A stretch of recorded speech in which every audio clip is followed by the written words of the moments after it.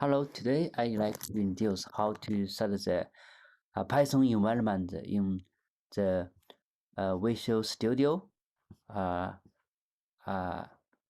editors. Very simple. Just click the you should install the Python environment in the extension, and for example, you can search Python. Okay, we can, and then we can install Python in the Visual Studio, Python extension for Visual Studio Code. Okay, we have installed. Second, the next we should find the Python integrated in the for the Visual Studio. Just click here and command and Platos and select Python. Okay, select.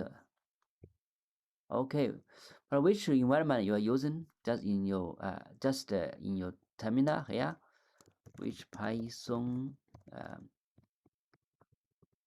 Okay, which Python 3? Yeah, you can use the users BI Python and also use the Python 3. But how about this one? Maybe which Python we can in the terminal. Okay, for example, we can choose number, for example, this one, and also I use Conda 3 to install the Python. Yeah, so I select this one. Now it's installed. Now we can run this code to test it.